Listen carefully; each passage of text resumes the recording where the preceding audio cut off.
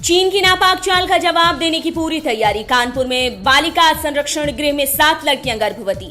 जगन्नाथपुरी की यात्रा शुरू करने के लिए मुस्लिम छात्र ने दी याचिका। बीइंग ह्यूमन पर मनी लॉन्ड्रिंग में लिप्त होने के लगे आरोप। चीनी सामान पर निर्भरता कम करने के लिए सीएम योगी का मास्टर प्लान।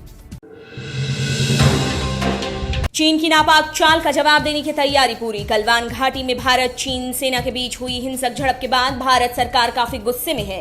सरकार ने देश की तीनों सेना को हथियार और गोला बारूद खरीदने की दी खुली छूट। सेना की ताकत को और बढ़ाने की दिशा में कर रहे हैं काम। सेना की तीनों अंगों को 500 करोड़ रुपए की वित्तीय शक्तियां भी दी गई हैं। कानपुर के बालिका संरक्षण गृह में मौजूदा 57 लड़कियों में 7 लड़कियों के गर्भवती पाए जाने के बाद राज्य सरकार पर उठने लगे हैं सवाल। कांग्रेस की महासचिव प्रियंका गांधी वाड्रा ने सीएम योगी पर साधा निशाना। पूछा, इस तरह की घटना बताता है कि सरकार के संरक्षण में आने वाली जगहों में कैसे सारी घटनाओं को दबा दिया जाता है। तो वहीं अधिकारियों ने कहा कि शेल्टर होम आने से पहले से ही लड़कियां गर्भवती थीं। पीएम मोदी के बयान का समर्थन कर रहा है चीन। कांग्रेस हमलावर। भारत चीन के विवाद के बाद पीएम मोदी ने सर्वदलीय बैठक में कहा था कि कोई भी भारत की सीमा में नहीं घुसा है और न ही हमारी धरती किसी के कब्जे में। लेकिन इस बयान पर कांग्रेस ने उल्टा निशाना साधते हुए कहा कि पीएम मोदी के बयान का समर्थन चीन भी कर रहा है। दरअसल पीएम मोदी नरेंद्र मोदी नहीं, सरेंडर मोदी हैं। फिलहाल भारत को पीछे न हटने की दी सलाह। जगन्नाथपुरी की यात्रा शुरू करने के लिए मुस्लिम छात्र ने दी याचिका। सुप्रीम कोर्ट ने इस साल होने वाली पुरी में भगवान जगन्नाथ की यात्रा पर भारत में बढ़ते कोरोना संकट को देखते हुए रोक लगा दी। लेकिन इस रोक के खिलाफ ओडिशा के नायगढ़ जिले के एक मुस्लिम छात्र ने डाली है याचिका। याचिका में यात्रा फिर से शुरू करने की गई है अपील। कहा, पिता भी थे भगवान जगन्नाथ के बड़े भक्त। 23 जून से शुरू होनी थी जगन्नाथ यात्रा।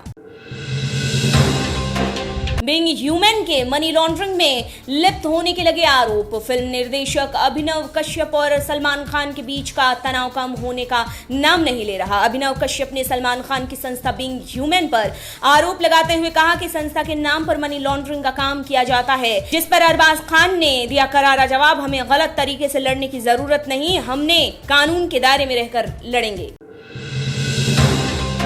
चीन ने अमेरिका को दी खुलेआम धमकी। एक तरफ भारत से तनाव को बढ़ाने वाले चीन ने अब अमेरिका को भी खुलेआम धमकी दी है। चीन ने अमेरिका पर आरोप लगाते हुए कहा कि अमेरिका एशिया पैसिफिक क्षेत्र में अपनी सैन्य गतिविधियां तेज करने पर लगा है। साथ ही अमेरिका युद्धपोत लगातार चीनी सीमा में लगातार कई बार कर चुके हैं घुसपैठ। अमेरिका की इस तरह की हरकत से बढ़ सकता है संघर्ष।